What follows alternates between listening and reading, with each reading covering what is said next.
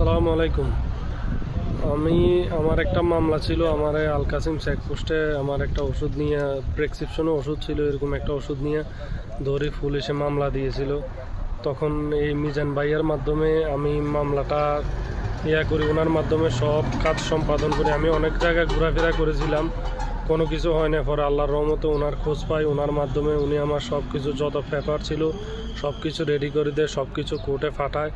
ওনার মাধ্যমে আলহামদুলিল্লাহ আমি সফল হয়েছি। আমার মামলা রায় দিয়ে দিয়েছে এখন, যে তারা আমাকে মুক্তি দিয়ে দিয়েছে, যে আমার মামলা এখন আর নাই।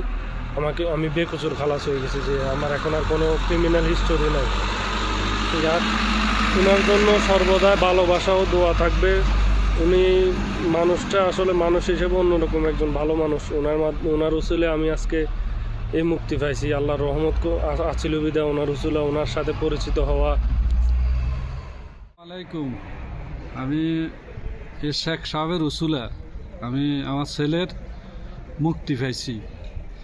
শেখ সাহেব ভালো একজন মনের মানুষ, যে আমি অনেক জায়গায় ঘুরছি, আমি কত এরিয়া ঘুরছি, আমি কিন্তু কোনো জায়গায় আমি সফল করতে পারিনি। এই শেখ সাহেবের উসুলা আল্লাহ আমারে মুক্তি, আমার ছেলের মুক্তি দিছে, বেকসুর খালাস দিছে। তো আমার মন থেকে, আমার দিল থেকে আমি শেখ সাহেবের জন্য দোয়া রইল। আর সবাই ওনার জন্য দোয়া করবেন, যে ও ভালো একজন মনের মানুষ। ওকে, আসসালামু আলাইকুম।